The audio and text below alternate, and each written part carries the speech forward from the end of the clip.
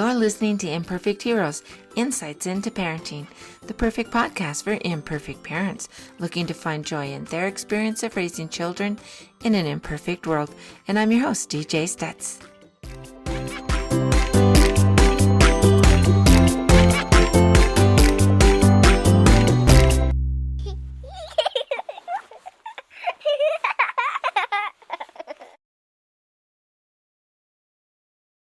Hey everybody, thanks for joining us and choosing to spend the next few minutes with us.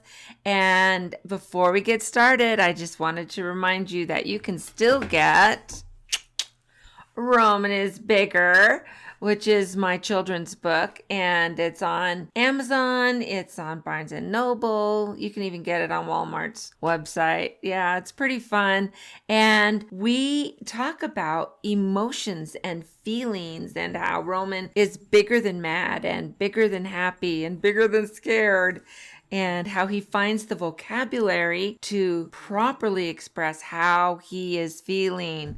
And so it's just a fun book, a fun story. And then this is the first in the series. We're currently working with my artist right now to finish up the next book. So if you want to get in at the very beginning of the series, get Roman is Bigger now, wherever you order books.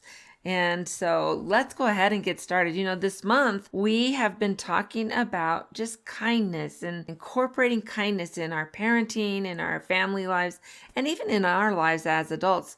Adults can be very unkind sometimes. And so we want to make sure that we're catching ourselves and all of that. But today I really wanted to talk about taking kindness and actually putting it into action. What are the things that we can do instead of talking about it? And, we say nice words and all of those things are important. Yes. But there's another piece to it where we take kindness and we actually put it into action. Well, my guest today is amazing, and we're going to be talking about this together. And it's Mariela De Santiago. And Mariela, how are you doing today? Hi, thank you so much for having me. I am doing great. It is a beautiful day out here in Southern California. Sun is finally shining, so yeah, no complaints. Yeah. Parts of the area around us, because we're recording this in June, and there's actual snow. I So, believe it. Yeah, yeah, I believe yeah. it. Chilly day, chilly day. Kids are out in sweatshirts and long pants today, but later this week they'll be back in their shorts and having fun. So a lot of fun. So Mariela, let's talk for a little bit. I know that you have a son. Let's maybe share a little bit about your family and then how you're teaching him about kindness and how we can put that into action. Yes, so my son is 2 years old. He just turned 2 in March. I hate this term, but I think it's the Mm, best term that most people know. I'm a stay-at-home mom, but really I'm not. I'm I know. raising a human because I never Yes, you're stay home working with him. hard. Yes. And aside from that, I have my own parenting podcast and my mom group. And my husband works from home. He works both East Coast and Coast hours. So that kind of Wow. gives you an idea. He's just always working. But it's also Mm-hmm. a benefit for us because he doesn't have a commute. And usually his commute is going to pick up our son first thing in the morning. So he always gets time with our son. Nice. So, yeah. And then we have 2 dogs, 2 boxer dogs. They are great little guinea pigs for teaching kindness to our son. You know, pets are such a great piece of that. Having a pet that you teach them how to be soft and gentle and yet stand up for yourselves because, especially with dogs, but other animals too, if you don't let them know that you're in charge, they'll take advantage of you and push you around as well. And so many great lessons for our kids with having pets. And so I'm so glad to hear that. I have 2 dogs myself and 2 cats, but we live out in the middle of nowhere and our cats are working cats. And they're not very kind to the mice and the voles and they munch them down. So I love animals. I do not like mice. So it's okay. Let them do their job. yes, for us, but we're going to keep that going. Anyway, so as we have these opportunities then to put kindness into action and teach our little guys. Now, I know that your son is just 2 years old And yet that is plenty old to start teaching him about kindness and kind actions. So what are some of the things that you find yourself doing just maybe on a daily basis to help him start learning about that? Well, just on his normal interactions with people, we've always signed thank you and you're welcome and please and sorry. Mm-hmm. I feel like he's at the age where he understands what those mean. I don't think he can really understand, when you apologize to somebody, why you would do it. Like he will say sorry. So I think that's still a lesson that we're working on teaching him. Mm-hmm. But just from the very beginning, he's always been around our big dog. So he's Right. learned to be very gentle and an infant, always having grabby hands. Mm. But he has just learned to be gentle because we always taught him how we would do it. We would show him how to do it. We would have him keep that flat hand, open palm. So I think Yeah. that has helped. Anytime we go to a park, we always have two toys, one that he can share and one that he can use for himself. And that is, I think, a great way for him to be able to learn that being kind means bringing another toy that he can share with somebody and that can play with him. Because, Right. yeah, there's been plenty of times where we've gone to a park and kids have a bunch of toys and they don't share their toys. So I don't want him to be the kid that ends up hurting other kids. And so he's been really good about sharing his toys. Does he always want to do it? No. So what do? We say, well, you can trade or you can let him borrow this toy or this toy. So we give him options so that ultimately he is handing a toy over and it does make him feel better. And then he does learn to play with that little one. Yeah. And I love that you're giving him choices and they are acceptable choices. Because how many times I'll take this toy away and you'll never see it again or whatever. We overdo it. And so we want to make sure that we're giving them choices that whatever they choose is fine. I love too that when you're going to the park and you're choosing a second toy, you're explaining that one toy is to share and one toy is to play with. And so then he's at least starting to develop the thoughts in his head about, oh, this is the expectation before you even go. Yeah, and I think sharing is such a hard concept to get at the age of Oh, two, it's right? so hard. They're not playing with other kids yet. They don't have that interest yet. They just started to Mm-hmm. develop that interest of playing with their own toys and playing with them the Mm-hmm. way you're supposed to. So it's just kind of something that I feel like if I start to develop now and we have that habit, then he eventually will get sharing means I let somebody else borrow my toy and Mm-hmm. I can pick which one. What I don't want to do is force him to give up his toy. That's not sharing. You can pick the one you want and then share the one you are okay not playing with right now. So he gets a little bit of both. Right. Well, and there's this term I hear so often when I was teaching. Kindergartners would come in, or in childcare or preschool would come in, and I would hear sharing is caring as they're snagging a toy from the clutches of another child. And that's not right. And it's okay for a child to have a special toy or a blanket or something that they do not have to share ever. That is their special thing. And having Mhm. other kids, especially siblings, down the road or whatever, but to understand that, oh no, this is his or her special thing. And that's part of being kind too, is allowing a child to have that. And I don't have to have everything that you have. It's okay to say, I'm not ready to share yet. And then being kind, saying, okay, I'm good with that. I'll go find something else to do. And as we teach our children that that is all part of incorporated into kindness, is allowing children to have those moments and say, oh, they're not ready to share yet. Oh, they're not ready to play with me yet. That's fine. I'm okay with doing something else. Yeah, and I think a lot of the times toddlers just don't have a lot of say, right? They Mm-mm. are told when to eat, what to eat. They have very minimal autonomy and the ability to make decisions other than the choices that they you provide to them. So forcing somebody to share isn't really teaching them that skill of sharing. Yeah. And in fact, they will fight it more because they're afraid that I'll never get it back. or I'll never be able to finish my block tower, or whatever it is that they're working on. And two, when kids are 2 years old, they're just coming to an understanding that another child is not just another toy, that it's an autonomous being that can get hurt, that its feelings can get hurt. So when they're younger, they see another child and they're still learning, oh, that's not a toy. That's not something I can just play with. They can get hurt. At 2, they're just getting that. Those realizations start about 16 months, 18 months, but really coming to an understanding of that occurs right around age 2.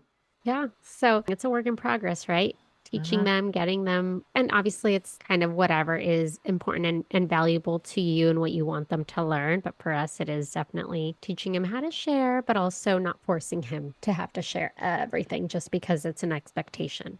I love your idea of not pushing things on them too much. I'd rather catch them in the act of doing it and then explaining, this is it. This is being kind. This is being nice, or whatever. I know that sometimes when I would have to sit down and have a talk with one of my little kinders, and you'd say, was that very nice? And no. I said, what is nice? Well, they have this vague understanding of what nice is or what kindness is. It's this far off thing that people talk about. And I know I'm supposed to be kind, but really, how do I define that? And when they're younger, if we just say, be nice, be kind, without really telling them what that is, it's going to be harder for them to understand and then to internalize. Yeah. And it is a hard word to explain because it's not a tangible thing. Like you can't say, these are shoes. That's how they learn. So that is such a very good point. Yeah. I mean, anytime my son is sharing, like we praise him, like, that is so nice of you. So nice of you to share. Or anytime somebody shares with him, we highlight that. Wow, how nice that they were sharing with you. Doesn't that make you feel happy? So trying to highlight those feelings and how that makes him feel. Exactly. Well, and two, you can't talk to a kid too much, basically. And so when you're telling them, oh, I'm making dinner and now I'm measuring out the water and now I'm adding in the rice and now I'm doing whatever it is, and you're verbalizing outside, they can hear you. Even if they're not sitting right next to you, they're just in the same room with you and they're playing while you're doing dinner, but you're talking constantly about what you're doing, how you're doing it, why you're doing it. They're listening and they're building their vocabulary. And so it's the same thing with kindness, that when you think, oh, I see somebody and they only have a few things and we have a lot of things, maybe we can let them go in front of us in line so they don't have to wait so long while we put all our stuff in. And you're talking about that while the kid's in line with you, they're hearing about that. Then they're getting your examples of you showing kindness and courtesy and all those lovely words that we lump in with kindness. And they start developing their own vocabulary around that skill, because truly kindness is a skill. Yeah, I mean, one thing that I think all toddlers do now is whenever they don't want something, their vocabulary is still very limited. They tend to just scream no to kind of get their point across, right? Right.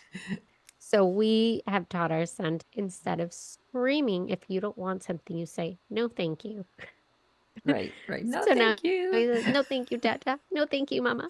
No, thank you. And it's a lot more calm than prior. Yeah. So he's saying no, and he's being kind about the way he's saying it Right. and saying thank you. Yeah. Well, and we want our kids to have the confidence to say no Yeah. when they need to. And in fact, saying no can be an act of kindness. With if they see another child that someone is being mean to them, they can go up and say no and take that other child and have them come play with them. And that's one of the things I was always trying to teach with my kindergartners is you don't need to confront whoever's being angry and mean. You just go rescue whoever is being targeted. And so to say, come play with me. We're fine. Come play with me. And then leave the other child to stew in their own misery or whatever. but removing someone else from a situation. And we're going to be talking about bravery here coming up. And sometimes kindness and bravery really are connected to each other. Sometimes you have to be brave to go up and say, yeah, this isn't okay. We're not going to use those words. We're not going to say these things. We're not going to tease somebody or hurt somebody. And so it's very scary to go up and say, you come be my friend. Come play with me, especially when they're like the cool kids.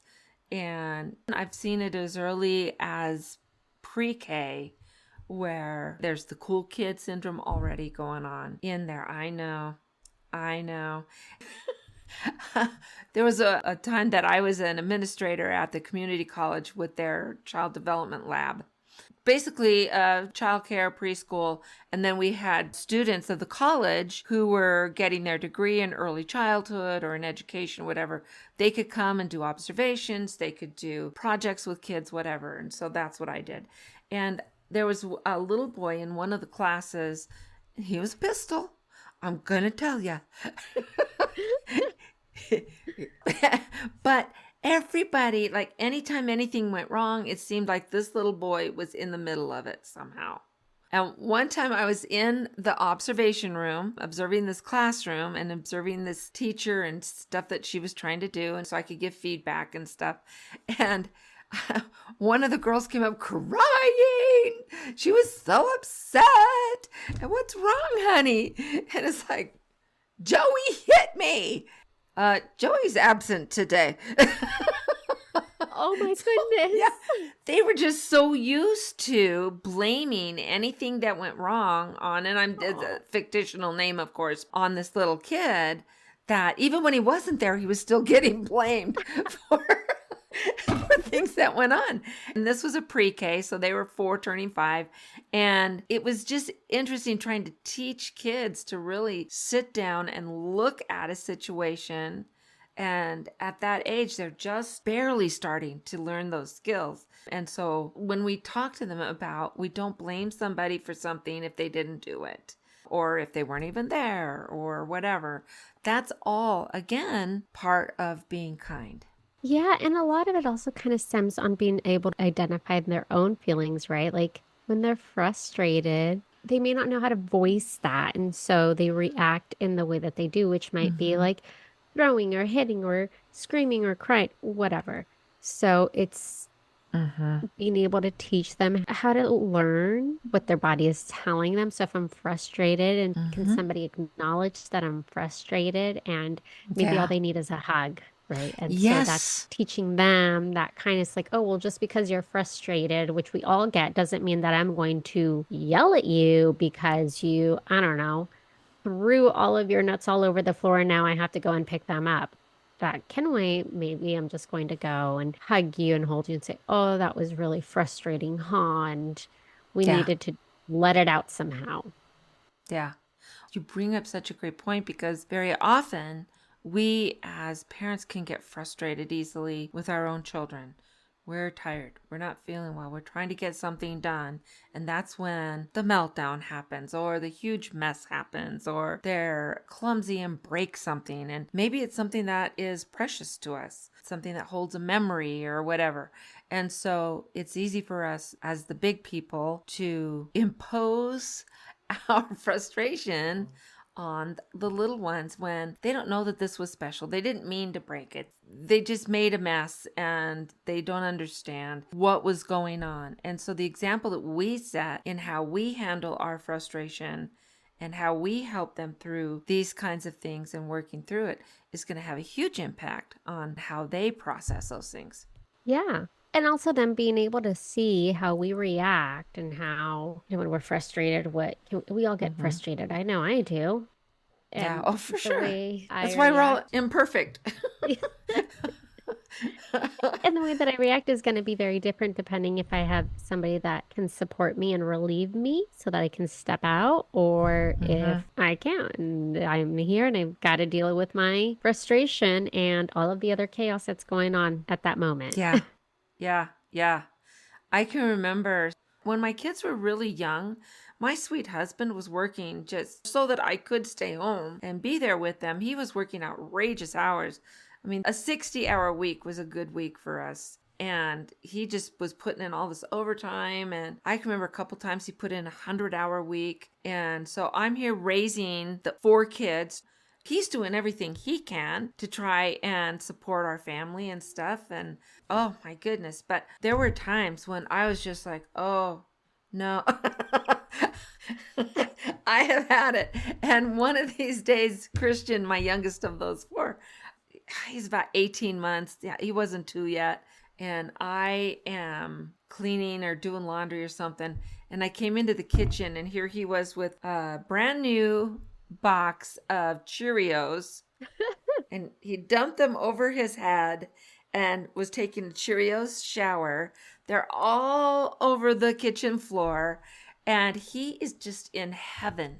He is in heaven. And my first inclination was to not be kind. And hard. To get mad. And I had to take a breath and step back and say, this kid is in heaven. Like, he is having a blast. And he was squishing the Cheerios with his fingers against the floor, watching them kind of explode when you put the right amount of pressure on them. And he's moving them all around. And I just thought, okay, I have to walk away first off and take a breath so that I can come back. He's entertained, right? He's happy. He's safe. He's entertained. And I need to handle this in a better way.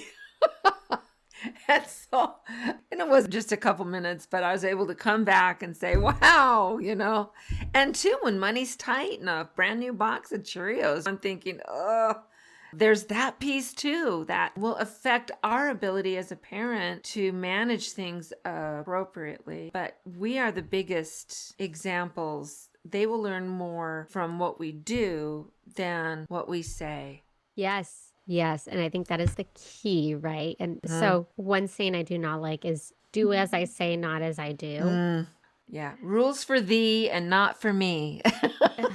Oh, so many things that just drive me nuts because they are learning from us and how we treat people and how we treat animals and how we respond to things. And granted, they're going to see the moments that are not always like the best response. Yeah. But that doesn't mean that you're always responding that way, right? Like I definitely have my moments where my dogs stress me out and I yell at them and I just kick them out of the room and I tell them I'm going to open the door and let them run away. Out you go. Yeah. Like I'm just going to open the door. You can go be one with the coyotes. But there you are. Obviously I don't open the door for them and let them just run free. Yeah. But he sees that more often than not. I am petting them and loving on the animals and taking them out because they need to run around too, play with the ball, all of the things. So he sees that and can also treat his animals with kindness because he sees that we're doing it. He also treats them like his siblings. He gets so frustrated and again, he can't communicate and they're right at his eye level. Yeah. So they're like, ooh, I'm going to just lick your face because it needs to be cleaned. And he gets so frustrated and, screams at them and then just waves his hands everywhere. But then he has his moments where he loves the dogs and he just goes and hugs them so tight. I'm like, oh my gosh, are the poor animals okay? Like, that's a tight hug. And the dogs just stand there and they love him. Yeah, and that's the fun thing about animals, too. I know with ours, instead of saying drop when my dogs have something in their mouth, I just tell them thank you. And they come and I'll take it from their mouth. I'm like, thank you. And then they'll loosen up. And so our grandson is staying with us this summer. He's 6 years old and they have dogs. And so he's, you say thank you to your dog?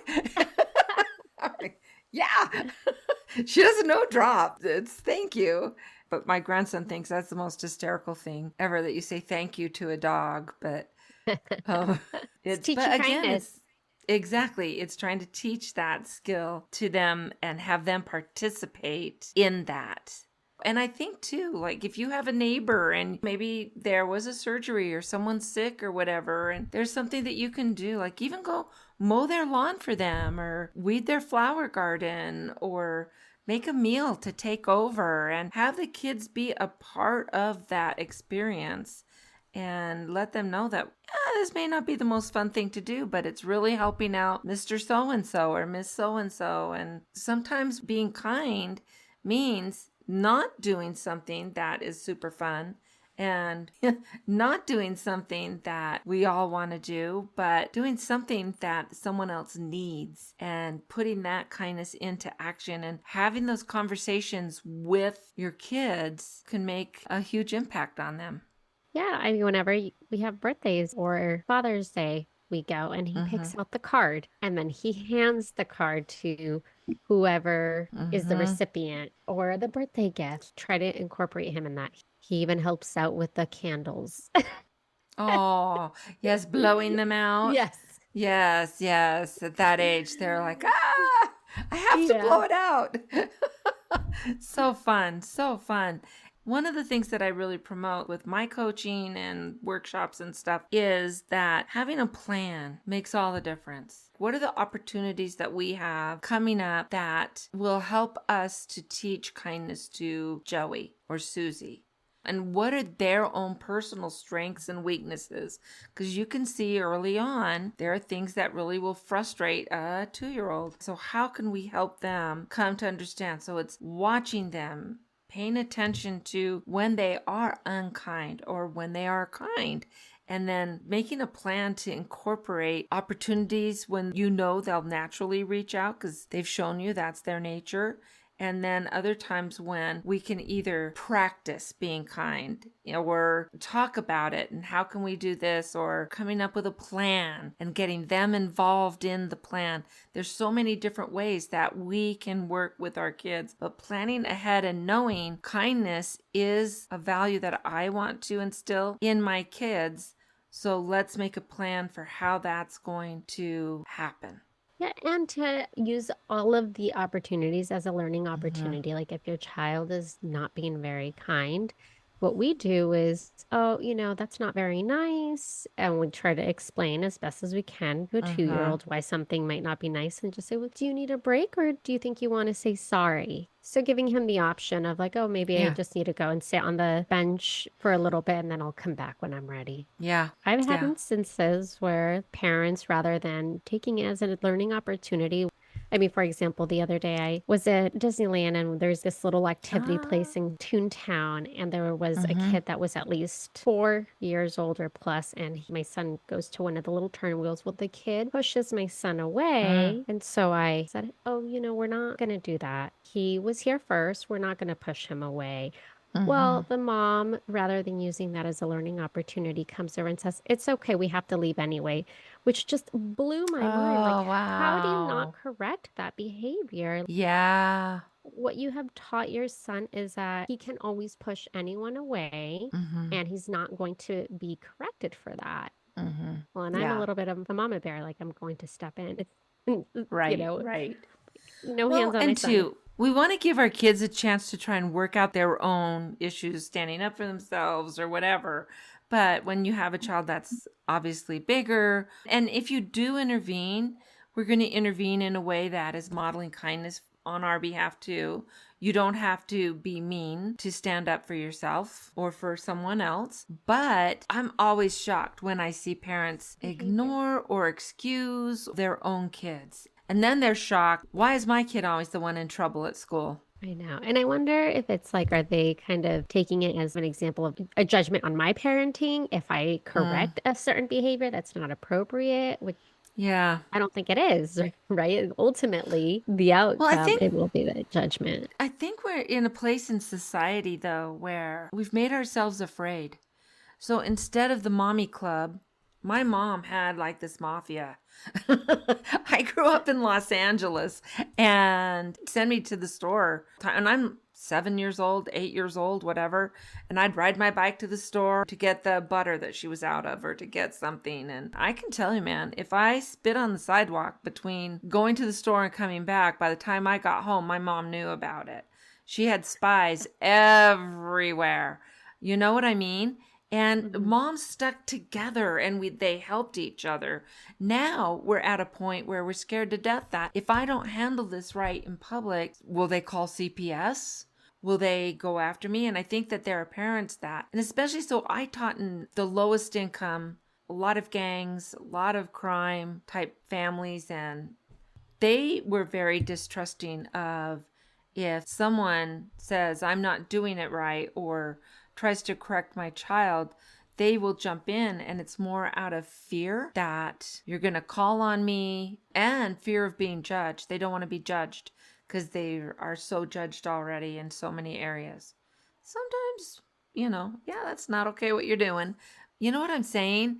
And so we've developed this thing in our society where that mommy mafia just isn't working anymore. And it's not that team out there. You have to be really close friends to be able to get in on that. Where if I was at a store and I was doing something and my mom was looking the other way, trust me, someone would say something. And my mom would be like, oh, hey, thank you. She would never get mad at that person for correcting me. She would get mad at me for not being on task. And so I really feel like we really do need to open ourselves up to if someone's helping us out with something that our kiddo's doing and, oh, no, we don't do that. Instead of running and grabbing our kid and eliminating them from the situation, saying, oh, thank you. Let's work this out. How can we work this out? Oh, he pushed this little boy down. Oh, okay. Joey, tell me what happened.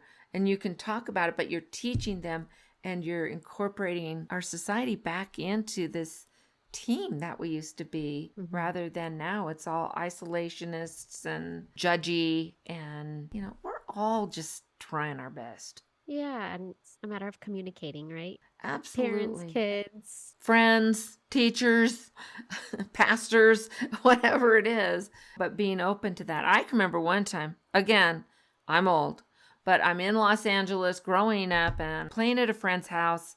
I said a bad word and he spanked my butt.